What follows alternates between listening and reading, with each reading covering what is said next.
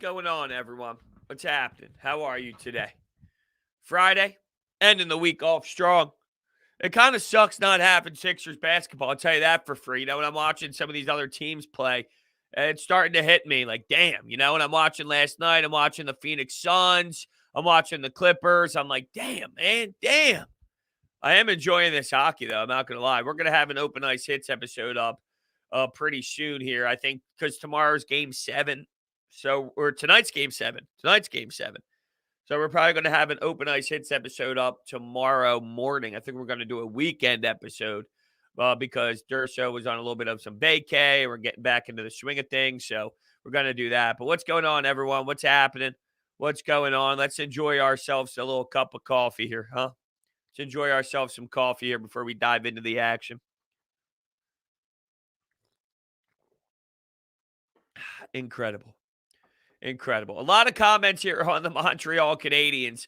I agree. It does seem like it's their year, doesn't it? Everything's going right. And Cole Caulfield, the Flyers passed up on twice.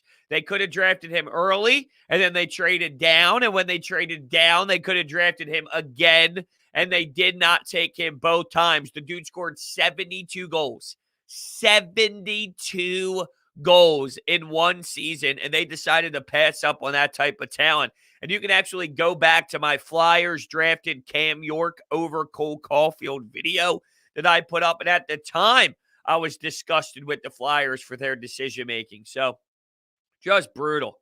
Just absolutely brutal. Danny says, at least you didn't have to wake up to a Phillies loss today. You know what? You might say that now, and then we're going to have to wake up to 2 today. Or we're going to have to witness 2 today because they play at 4 and they play at 7. So there's a chance that we have to witness two Phillies brutal losses today. Who knows? Who knows how it's all going to go down? But I'll tell you what, I'm just not excited at all to watch Phillies baseball right now, which is just a shame because it's the only thing we have. But I have zero feelings in my stomach and in my chest about watching a Phillies team play twice. And that's sad. That's sad. I should be all juiced up.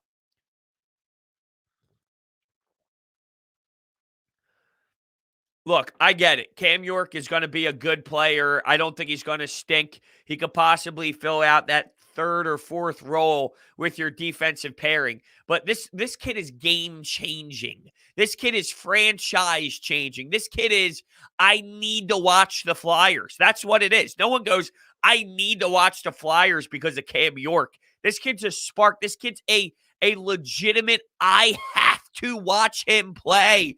The Flyers do not have that. You're not saying that about Oscar Lindblom or Scott Lawton or Travis Konechny or Jake Voracek. Like, the Flyers do not have a spark player. They just don't have it. You have it in Cole Caulfield, and the Flyers missed on that opportunity. So that's what eats me alive.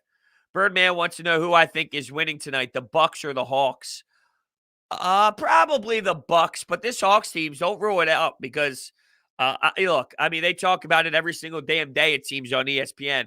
The Bucks do something every single game that blows your damn mind. What are they doing? Why are they doing this? What is their game plan? Why are they getting back? Why are they getting back to the things that they were struggling with? Or, why aren't they taking that step in the right direction here and building off of the proper moves they made in previous games? It's like they're just taking moves in the wrong direction and going backwards until their backs are against the wall, and then the right adjustment comes out. So who knows? I mean, you're going to have to make it tougher for Trae Young. That's for damn sure. I think the Bucks win, though, just because I can't imagine them going down 2-0 at home. So we'll see what ends up happening. Who do I have winning the championship this year for the NBA? I mean, I don't have anybody. I don't know. It's so wide open. That's why it hurts, and it's so painful that the Sixers are no longer in play because it is so wide open, and it's a season where anybody could probably get the job done. But, I watched this Suns team. Now, I know Devin Booker's struggling, and he's had a couple bad shooting days in a row. Now he's in the mask mode, so that definitely impacts vision and feel and just comfortability out there on the floor. But I'll say the Suns if I'm just going to have to sit here and say a name right now. I'll say the Suns, but It could literally be any team. That's how wide open this thing is, which is crazy. What's up, Hector? What's going on? Suns versus Bucks NBA Finals. I mean, that's probably the most realistic if I had to choose, but we'll see. We'll end up seeing. TK, Brodes, what's wrong with the Phils? I don't know. They're very inconsistent. They're a poor defensive team. They're very iffy when it comes to hitting. Some days they're great.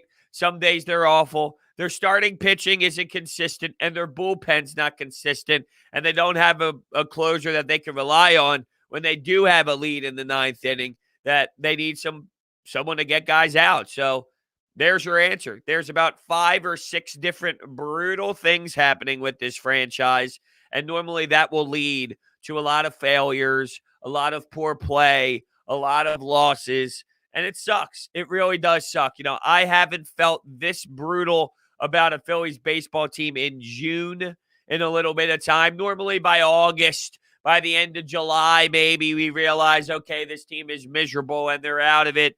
But with the way that this team plays, they have no energy. They have no juice. There's no fun. It's not entertaining. It's a bad brand of basketball or baseball, excuse me. And, I don't have the itch to want to watch them play. And I will. It's my job. I have to, but it feels forced.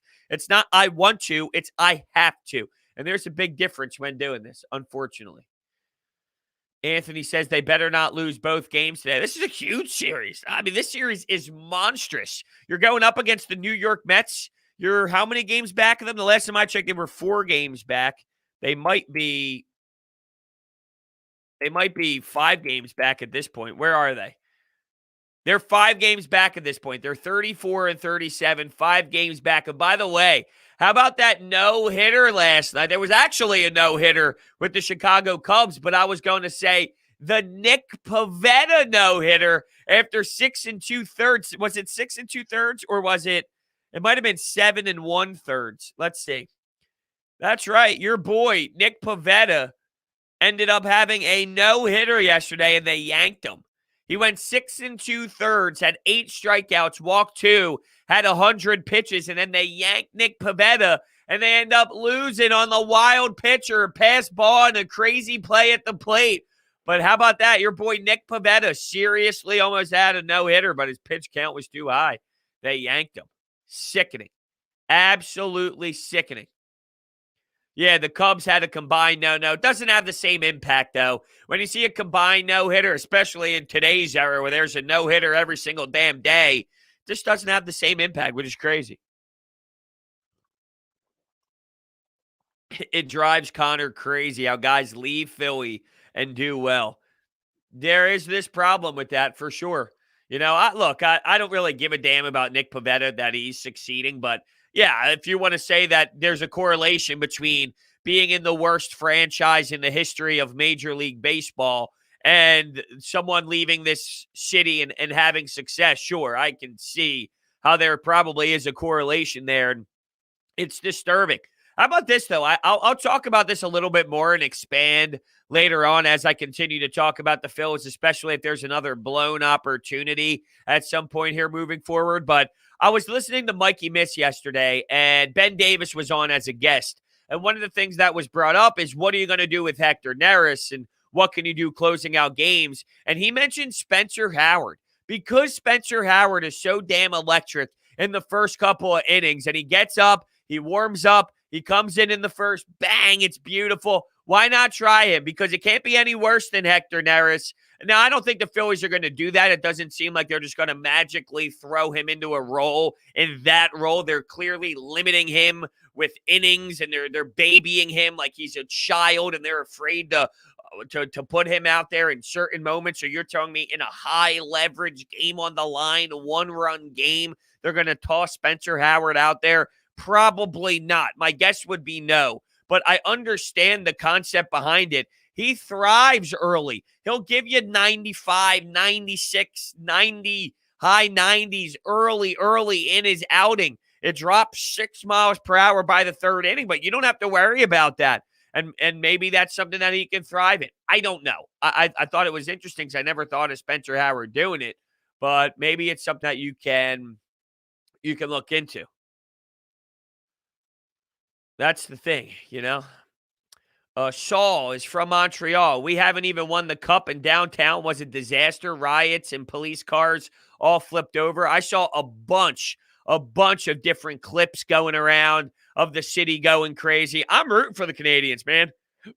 They're a fun team. They're a fun young team filled with veterans too. That it's like we're watching what now? Carey Price in an NHL Stanley Cup final. We're watching Shea Weber, a man that we wrote off once they made the trade. PK Subban swapping defensemen. It looked like his career was basically over, and he was no longer that number one true guy that you could rely on. And here's Shea Weber tearing it up. Then you're filled with these young cats. Cole Caulfield was a healthy scratch. They didn't believe in young players in the postseason. Nick Suzuki just flipping the double bird to Vegas. Fuck you, assholes. He's tearing it up. You're getting great center play, great depth at the center position, two-way game. I mean, it's crazy what the Canadians are doing. It's fun as hell.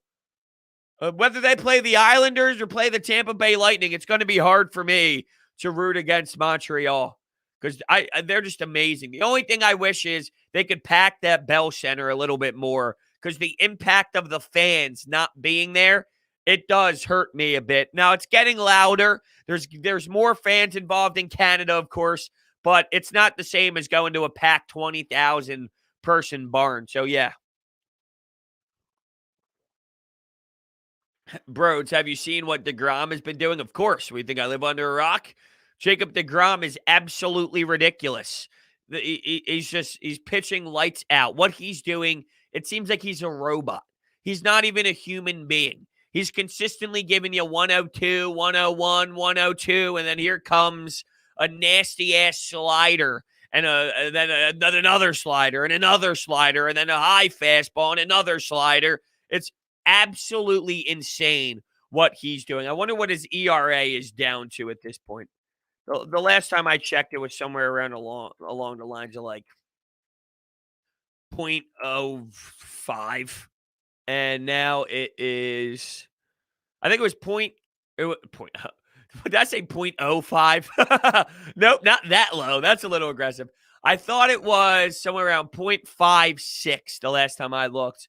And now it is 0.50. 0.50. 7-2. 0.50. That is absolutely insane. Am I selling Orbit Energy and Power? I don't personally sell Orbit Energy and Power, but if you're looking to go solar or getting a water purification system, backup energy services, battery storage, or more, you can visit them online at orbitenergy.us or call them at 800-836-3987.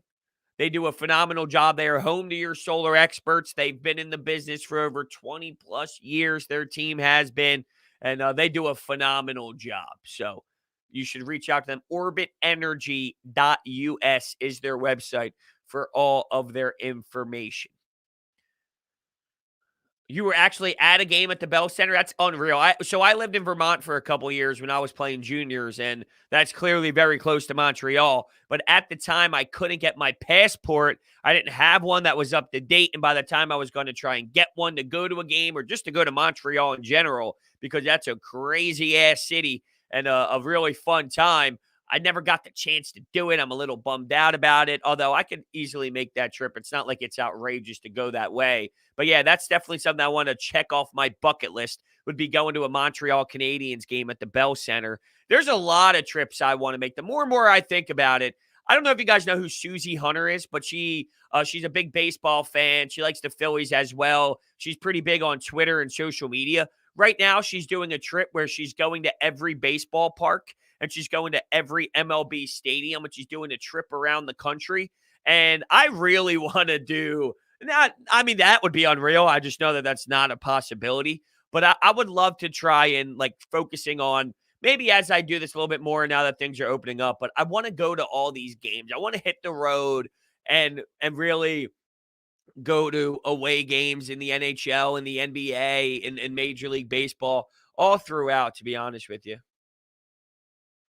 It looks like Gene Segura is going to be sooner than we thought, already swinging and feeling and fielding again. That's good news. That's definitely good news. I mean, he's one of your hottest hitters, and maybe he can help spark this offense. The whole Didi thing's interesting. When the hell is that ever coming back? And I said it at the time. Something didn't feel right about it. I don't know if we were going to see him again this season. It felt that brutal with the inflammation of the forearm and this and that, and then it happened again, and then there was another setback. Where are we with the Didi Gregorius experience, and what does this mean for the contract that you signed him for? Now, it's no Bryce Harper contract. It's no 13-year contract, but, you do still have him. Now, I do want to talk about Bryce Harper a bit because there is an element to me where, oh, man, I can't answer this phone call right now.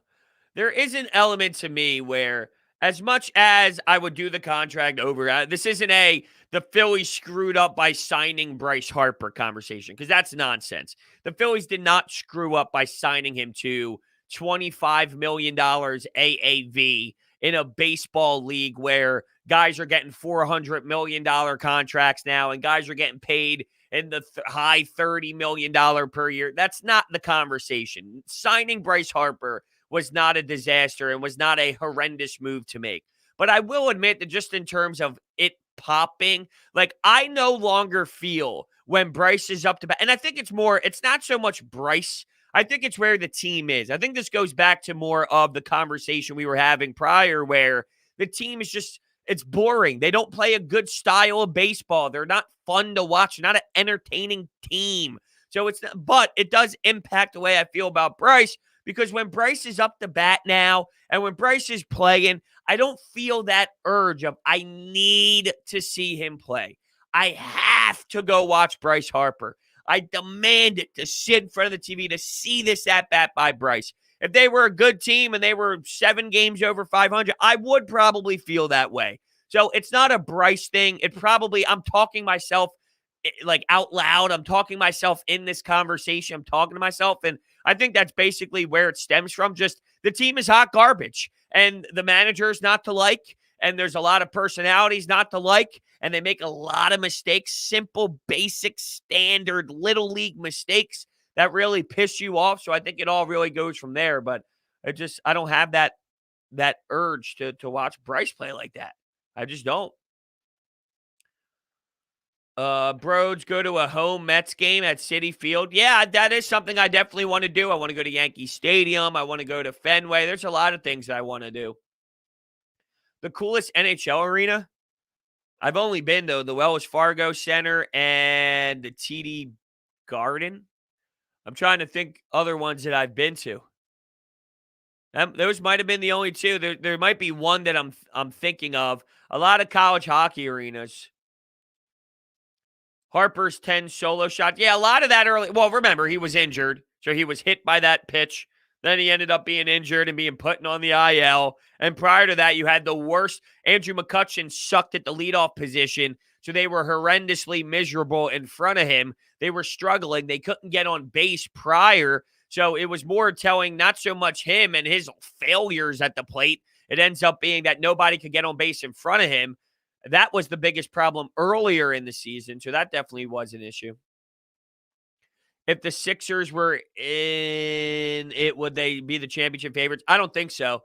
I think even when the Sixers were involved, the Milwaukee Bucks still had a higher favorite or odds than the Sixers did. So if I remember correctly, in the Eastern Conference, it might have been the Bucks and the Sixers as the two teams behind the Nets, where the Bucks might have had a more of an advantage, I think. If not, it was tied in terms of betting odds. So probably not. It probably would have been the Bucks.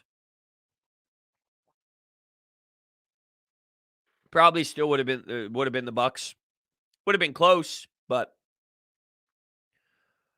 Danny Green said on his new podcast, Ben isn't the type of guy who won't take the risk if he isn't being punished. There's a lot of things being thrown out there right now. TJ McConnell saying things to try and be positive. Dwight Howard's trying to be positive. This one seems to be more of a little bit of Danny Green isn't the type of guy who won't take the risk if he isn't being punished.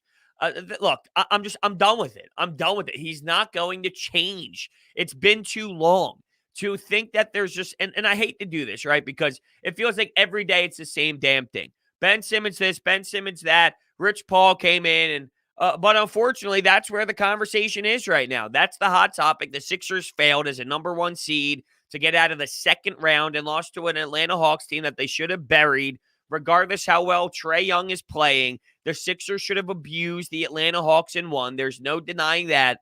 And they failed. So I'm going to do a podcast on this Rich Paul thing with Woj's report because I think there's a lot of conversation that you can have with that. But it's a little, it's a little annoying that it is what it is. But there's a lot of people out there that think he's just going to change and he deserves another chance. I don't know how many more times you're going to get fooled. I guess the answer is one more time. But at what point next year would he be like, let's give him one more chance? Why? Why are we doing this? This is who Ben Simmons is. And it's pretty clear by now. This is how he plays the sport of basketball. This is how he plays the sport of basketball. Are the Giants for real or is it too early? I'll tell you what. I thought that the dip would have happened by now. And the fact that they are cruising at the top of this division is pretty damn insane. I have to give them a lot of credit. They're 48-26. They're almost 20 games over 500, 8-2 in their last 10. It comes down to them being actually for real at this point. Now, look, there's plenty of time left in this season for things to happen, but I'll tell you what, if you're 20 games, basically, they're 18 games over 500 right now, this deep, 70-something games in. I mean, that's a huge sample size. It's no longer May or June. Well, it's June, but it's almost July. I'm talking early June. It's no longer that early stage of June and that May type of time where there's a lot of baseball left. There is still a lot of baseball left, but I'll tell you what, they keep winning a lot of baseball games, and they got some really great pitching. Top of the pitching rotation has been very well. Their whole team has been producing. So I got to say the Giants are for real. They are waxing up on the Dodgers and the Padres. The Dodgers have 44 wins. The Padres have 45 wins, and that was another exciting-ass series that happened over the last couple of days. Shocker. Dodgers, Padres, unreal. Fan base in San Diego going crazy. Felt like a playoff atmosphere. Always a fun series to watch. Where do we put the cross line on giving Ben chances? It's already passed. We've already passed it. There should be 0 chances. So that's where we draw the line. We draw the line at taking 0 shots in the fourth quarter in 3 or 4 straight playoff games. We draw the line at standing there doing nothing in the half court for 4, 5, 6, 7, 8, 9, 10, 11 playoff games in a row here. We draw the line there. That's where we draw the line. Imagine Gabe Kapler hoisting a World Series trophy. Ew, that's so horrendous. That's so ugly. Ew. Carmen says, the Ben Simmons rule should be easy. 3 strikes and you're out, Ben. Well, he's had plenty more than 3 strikes, to be honest with you. He's been here for a while, but yeah, I mean, I'm with you. I don't understand the optimism. I don't understand how there's some fans out there that think it's time to just give him another chance and to work with them and maybe they could change it. And this silly nonsense of the free throws are going to change everything. No, it's not. It's not. Oh, yeah, but he'll be more aggressive because you won't be afraid to get to the free throw line. That's not what it is. You need to be able to shoot a basketball. You need to be able to shoot a basketball. You have to be able to create. You have to be able to come around the screen and be a threat. Free throws alone is not going to change a damn thing. You will not have enough if Ben Simmons only changes the fact that he goes from a 34% free throw shooter to a 60% free throw shooter. Think about where we're setting the bar. That's our bar. Hey, Ben, please shoot 60 instead of 34. And now we're going to go win a championship. That's absolutely pathetic. That's what that is. That's absolutely pathetic.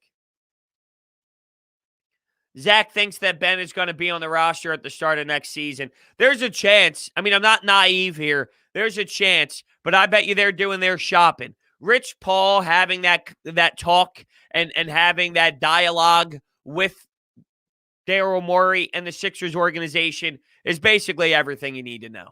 There's legitimate talk going around. They're really having the phone calls, which is no surprise. They should be having the phone calls. But Rich Paul going in there and having that type of discussion is basically the start of it all. Embiid didn't make big changes until it turned 26. It does make you wonder about Ben being 24. See, no, it doesn't, because most players, like you saw improvement every year from Joel, not to the level of MVP jump. Ben Simmons is like Joel Embiid would shoot a basketball. Joel Embiid would do certain things. Joel Embiid would play the sport of basketball. Ben Simmons isn't doing anything. Ben Simmons is not doing anything. This talk about him being 24 and he's still so young, he's not doing anything. He's not doing anything.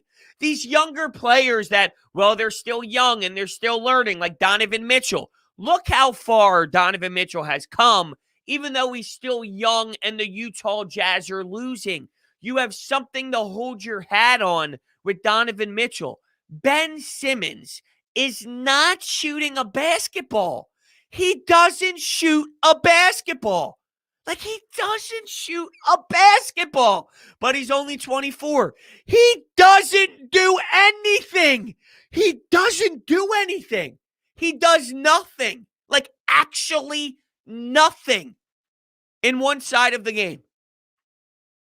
It's not even the age thing is irrelevant. It's irrelevant. It really is. It's unbelievable.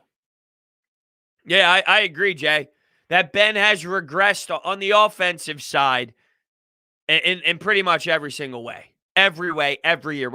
While guys take the steps forward, he's taking the steps backwards.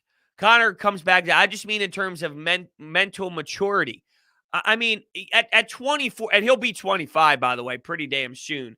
At 25 years old, if your mental maturity hasn't realized that you need to shoot a basketball by now, yeah, in July, he'll be 25. So he'll be 25 years old, and I'm supposed to wait for his mental maturity to tell him to shoot a basketball in the NBA. You know? Like, that's where I'm having difficulty trying to digest this. At 25, after 5 years of being in this league, you're telling me that I need to wait for him to be 27, 28 for his brain to say, hey, Ben, shoot a basketball. What? What? What? What? What are we doing? What are we doing here? Well, that's how the NBA is. I mean, that's part of it. It's all about a brand. You build yourself a brand. You're part of Rich Paul. You're with Clutch Sports. I mean, basically 90% of these guys, it's the image more than the NBA. But that's everyone. The difference is people can still play ball and care about their image outside of basketball as well. That's literally how the NBA works. You have a brand, you have an image, you work on that. It's all part of the business side of things, but you can do both at the same time. I don't have an issue with that. I don't have an issue of carrying yourself off the floor as if you're hot shit, as if you're the man, as if you care about that stuff. I don't care. Good for you. You're allowed to. I would.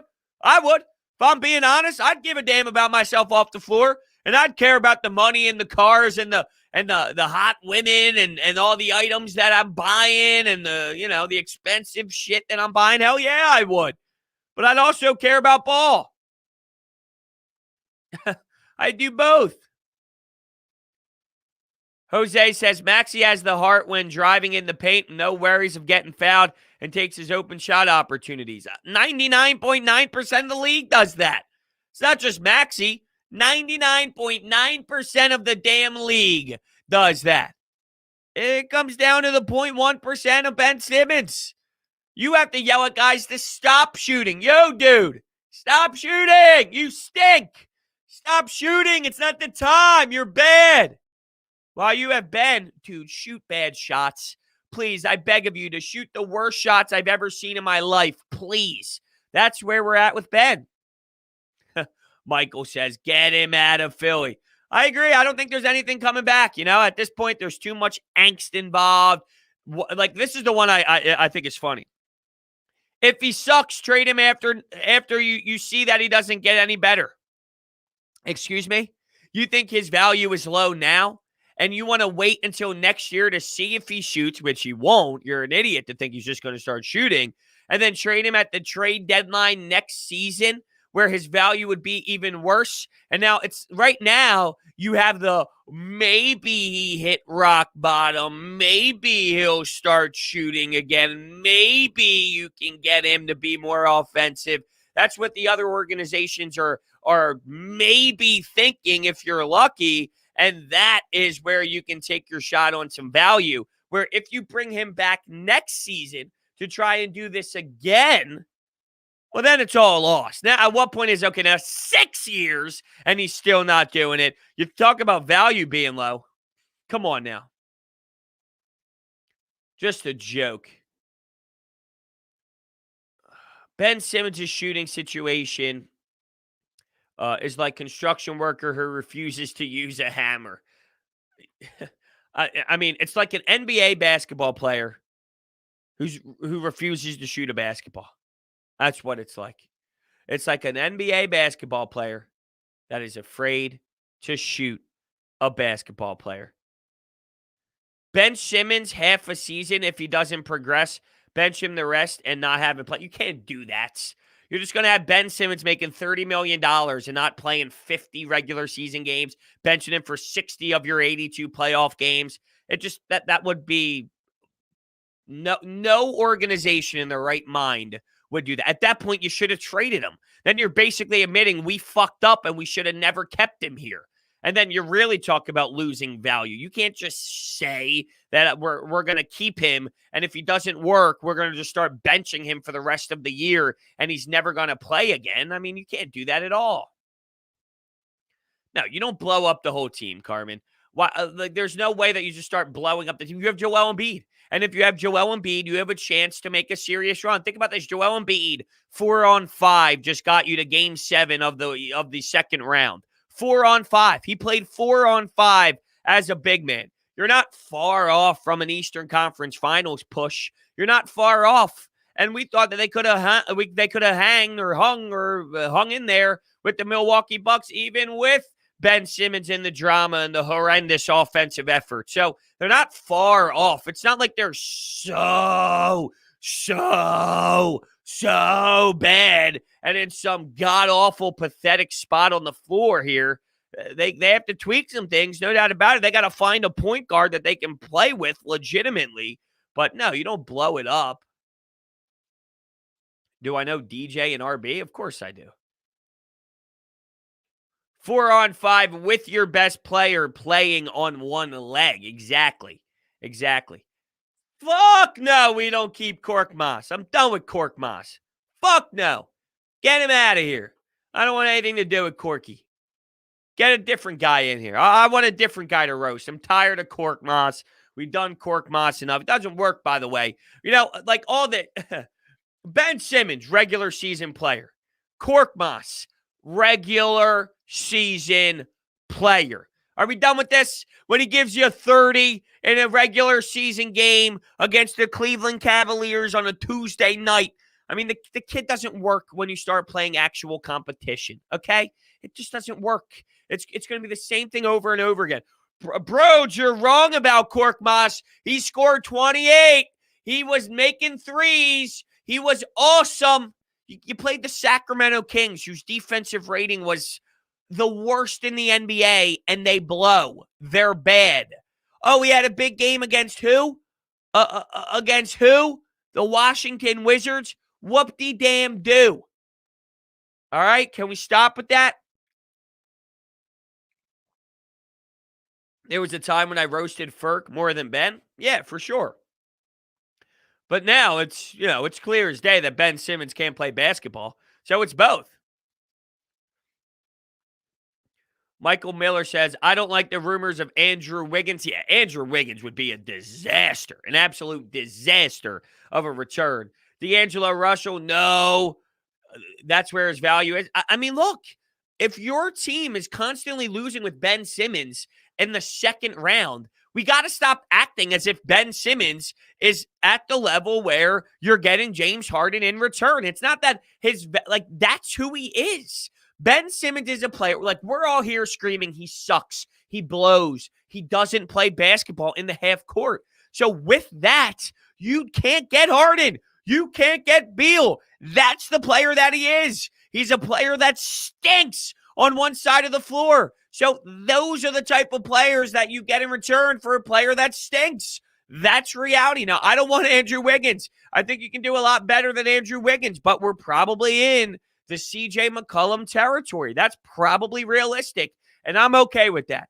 I'm okay with the CJ McCollums of the world in that tier because Ben Simmons is not good. Ben Simmons is not elite. Ben Simmons is not a superstar. So because he's not a superstar, you're not going to get a superstar in return. So it would be ridiculous to think that you're going to get those players. You're not. There's a reason why you're trading them, because you're constantly losing in the second round. He's a playoff nightmare. So what type of player can you possibly get for a playoff nightmare? It'd be nice to get a CJ McCollum. It'd be nice. So that's where I'm at with it. Would I be okay with getting D'Lo? I don't love it. I'll be honest with you, I'm not like in love with D'Angelo Russell. But I guess I'll be... what is his contract even? Because you got to make money match. Ben Simmons is making $30 million. I didn't realize. When did D'Lo get that big deal? Yeah, D'Lo's getting paid $30 mil, $31 mil per year. I don't love it. I'm not going to sit here and tell you I'm jumping up and down for joy, and I'm just super insanely pumped up about D'Lo. I'll be honest with you. But Ben Simmons is so hot garbage that it is what it is. It is what it is. That's what we're saying now. So, yeah. Basically, 24 years old, 39% from three. Not a bad percentage there. 20 points per game in 28 minutes per game. So that would actually bump up a lot. So he'd probably be scoring more. I'd imagine he probably scores more closer to 22 if he played more minutes. Yeah, I mean, look, I'd look into it. I'd look into it. It's funny to me because I asked my friend right before the series, would you trade Ben for Beal? He said, nah, because of Ben's playmaking and defense. I mean, I'm not going to act as if there wasn't a time where I said no. I mean, even at some point this season when they were running with the first seed and Ben Simmons was rocking and rolling, playing well, I said, yeah, I mean, I wouldn't just trade him and get rid of him for no one. Now, with James Harden, I would have done it. And I was clear from the jump with James Harden. Absolutely, I would have done it for James Harden. No doubt. Yes, 1,000% I would have traded him for James Harden. But, yeah, there was definitely a time where now I would have done it for Bradley Beal as well. I drew the line at Zach LaVine. But I definitely defended Ben for some time. But, you know, there was a moment where realization snapped in that this guy's a fraud. And when that happened, there's no return. There's no return. Ben for LaVine. Oh, now, yeah. Oh, now. And now that's a name I'd be actually excited about now. Jumping up for joy if we got Zach LaVine in a trade. It's funny how times changed a little bit here. But, yeah, now it's a no-brainer. You got to get this bum out of this city. You got to. You just have to. There's a certain point, too, with, you know, this fan base. Think about 12 games into the season, 10 games into the season. If Ben doesn't change and we're watching the same Ben Simmons 10 or 12 games in, you're going to lose a lot. You're going to lose this fan base. And I know you don't want to make decisions based off of the fans because you'll probably make knee-jerk reactions, emotional decisions, and they say the quickest way to be in the stands with the fans is to listen to the fans. That's your quickest way out as a GM and as a president of basketball ops and Daryl Morey's been around the block for a long time, so I doubt he's listening to Joe Smith or Bob Johnson, who sits in the stands. But, there is going to be this element of you're going to lose this city. You're going to lose this fan base if 10 games in, you're getting Ben Simmons passing up shots and getting 4 field goal attempts and only doing better at the free throw line. It won't be enough. So once you cross that line of losing this city as a player or as a manager, it's time to to switch things up. So Gabe Kapler, for example, if the Phillies brought back Gabe Kapler,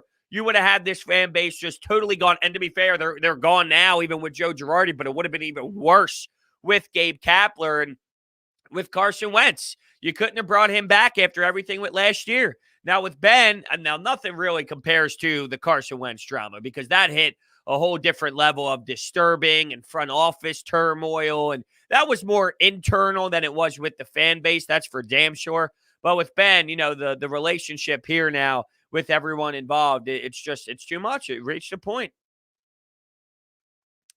Brodes, your buddy Wesley has gone radio silent. Yeah, there's some other guys out there. I think he's got a couple burners, got some couple of different accounts to try and keep things going a bit here, I believe.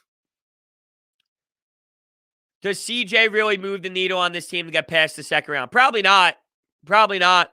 But I'd rather watch a team that makes sense and operates with more of a functional offense in the NBA than I need to get back to playing 5-on-5. Step one is we can't be playing 4-on-5 anymore. So if you lose in the second round in game 7, but you're playing 5-on-5, I could live with that more than playing 4-on-5.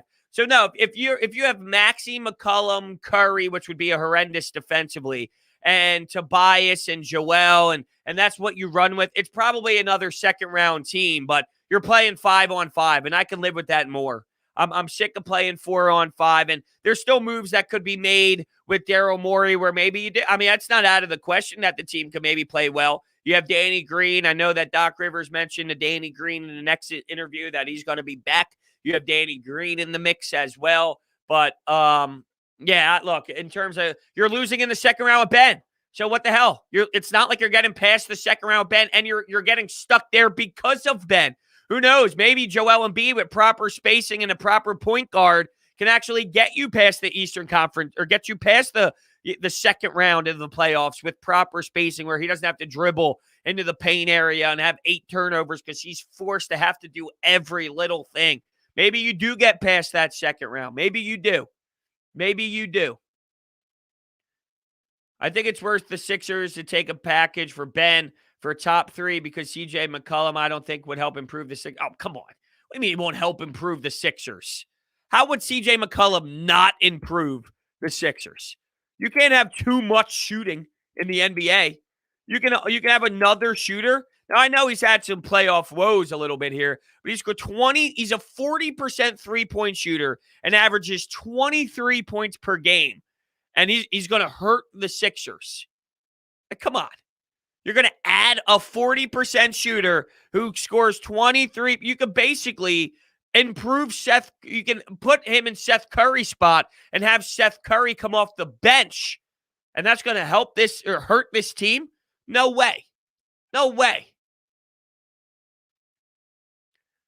You're not going to get past the second round. You're not getting past the second round now. And you're talking about getting a draft pick, a young player that's going to be 20 years old, that you're going to have to grow and help and improve and take time and develop. And year after year, he's going to have to keep learning. That's a whole process. You're not getting out of the second round with a 19, 20-year-old kid coming out of college basketball. Yeah, he'll help. I promise you he'll help. No, you're not going to have you're going to have to maneuver around money. Money is a big issue. You don't have money to just snag guys out of free agency. So that's a huge issue. Huge issue. That's not going to happen. Simmons for Siakam and Kyle Lowry. What world are we living in right now? What world are we living in? Jay says, initially when I heard D'Lo or CJ, I thought it was an insult, but I'm realizing literally any guard who can shoot is better than Ben. Fundamentally changes our offense. I agree with you at this point. if you can get D'Lo, if you can get CJ, if you can get a player of that caliber, I'm in. I'm in. That's where Ben Simmons is right now. And that's not where he is right now. That's where he is. That's who he is. And it doesn't matter what he does in another city because it wasn't going to happen here. There's too much pressure. There's too much media attention. There's too much drama. There's too many storylines. Whatever happens in a city, if he goes to play in Minnesota, you're telling me the Minnesota Timberwolves give a damn about where he is and how he operates like they do here? Absolutely not. Out of sight, out of mind in terms of local media, local beat reporters, local pressure. It's a totally different atmosphere. And quite frankly, it doesn't matter what he does in the regular season. He can average 18, 9, and 7 in the regular season, and I wouldn't give a fuck because it doesn't matter. It absolutely has no correlation to what he does in pace and space and what he does against half the league that can't play a lick of defense, and it's not the same as Game 7 adjustments, Game 5 adjustments, playoff basketball, a team really game planning for your flaws and shutting you down compared to just running up and down the floor. So it really doesn't matter. It really doesn't matter what happens in another city. Carmen says, as a Phillies transplant living in East Texas, I thank you, Brodes, for my Philly fix over coffee. Well, thank you, Carmen. Thank you, Carmen, for coming in, hanging out every single day. I appreciate that. No. No, I would not switch Ben to power forward. So now we're going to put a non-shooting player next to Joel Embiid so he can do what? Stand there and do nothing? You can't do Ben Simmons off the ball. So now we're going to have a shooter off the ball who's going to stand next to Joel and do what? Make it even worse? Make it even harder for him? And he's not going to have the ball in his hands? That's the problem. That's the problem. You can't do that. You're so limited and so stuck with Ben Simmons because he's a great facilitator. He can pass the basketball well. He's good in transition. How are you going to take the ball out of a non-shooter's hands and say, Ben, play next to Joel Embiid at the 4? In an era where all you do is jack up 50 to 43s in an NBA basketball game. You have to have spacing. Yeah, I don't like Tobias at the 3 either. Moving Ben off the ball is not even an option, which makes this even more crazy of a topic. You're so limited on what you can do with the guy because of his deficiencies. I agree, process. I want to see what a pick and roll looks like, where you can pick and roll teams to death, where you can target them over and over again, where you can constantly set a screen and get Joel Embiid to areas. I watch Clint Capella all the time, right? Clint Capella is not a great center. He's not. Trae Young is putting him in areas where this guy is succeeding and thriving and looking amazing. Well, guess what? Imagine what you can do with an MVP caliber player, with a point guard that can put him in areas that can succeed instead of watching him dribble and spinorama and getting double teamed and this and that. It just, you can't do that as easily. You can't defend Joel as easily. You can't put as much pressure on Joel because the guy with the ball in his hands is more of a threat. Yet we've been totally brainwashed into thinking that this is just a masterful idea. What would you say makes him not good at playing the 3? Well, the matchups. The matchups are different with him playing at the 3. Where with the stretch 4, you have a different size on you. You have different players on you. Think about the players that play the 3 compared to playing the 4. You have different mismatches in play at the 4. You tried Tobias at the 3 before, and I don't think it was as smooth as you would have liked it to be. He can break down a little bit better in that 4 position. Well, yeah, it's just matchup based. When you think about his size and his versatility and what he can do at that size at the 4 and how he spaces out the floor, it gives you better matchups for Tobias Harris. Hawks have good pick and roll. You think? They run one play. They literally run the same play over and over and over and over and over and over and over again. They run a pick and roll. And look, Trae Young, he's not even shooting the ball. Like I'm yelling at him, stop shooting. Stop shooting in the 4th quarter. Because all he was doing was jacking up these obnoxious 40-footers. It was crazy. Stop shooting. Attack the pick and roll. Attack the pick and roll. Get into the paint. Get into the paint area. What are you doing here, Trey? What are you doing? He shot 30% from three last game. Against the Sixers, he shot 18% from three in game 7. In game 5, he shot 33% from three. Game 4, 27% from three. Game 2, 14% from three. He's not a great three-point shooter. He's really not. He's really, really not. But he's got the threat of doing it. But teams would almost live with that. Like, if I'm the opposing team and Trae Young just starts taking wild threes, I'm like, okay, Trae, keep going, dude. Keep taking all the threes in the world. Do whatever you want to do, except don't penetrate the paint. Once you start playing drop coverage, they start really exposing that. And the big man, whoever your big man is, starts to have some trouble. So that's the area that I would really try and focus on if you are if you're a Bucks fan, if you're a player on the Bucks, for the Bucks coaching staff, which the Bucks coaching staff, I think they're pretty much showing the signs of they are a strange bunch. They have a very unique perspective on coaching. That's for damn sure. What do I think about Devin Booker? I think he's a good player. I think he's a phenomenal basketball player. I think he's struggling to shoot right now. I think the Clippers played a great defensive game yesterday. That's for damn sure. By the way, you spelled Devin wrong. But with Devin Booker, I thought the Clippers put on a really good display yesterday. And Tim Legler put on a great display on SportsCenter after the game of, certain possessions, watching the Clippers, the way they suffocated the Suns and gave them no time and space to move the basketball around. And by the time the shot clock was winding down, the Suns had to settle for a really bad shot. They made it tough for sure. A really big spot for the Clippers, considering they were down 2-0 and they couldn't fall down 3-0. That's an easy statement to say. They're at home. You got to get that victory. And I thought the Clippers really did make a run there in that second half, in that third quarter. They took control big time. And Man had another big spot, another big time contributing for them. And it was great. Do I think Ben's values at Jamal Murray? Absolutely not. Jamal Murray's stock is way higher than Ben Simmons is. Way bigger. His value is. Lakers will sign Korkmaz. Okay. I don't care what happens with Korkmaz as long as he's not here. Funny how the morning turning into the Sixers talk. Well, I mean, it has to. I mean, it's only right to be talking about the Sixers still at this point. It's the same week. It's not like, and we'll still be talking about this 5 years from now, 8 years from now, 10 years from now. This is a monumental loss. This is a huge loss for the Sixers organization, where we talk about the Cardinals loss, the Phillies lost to the Cardinals.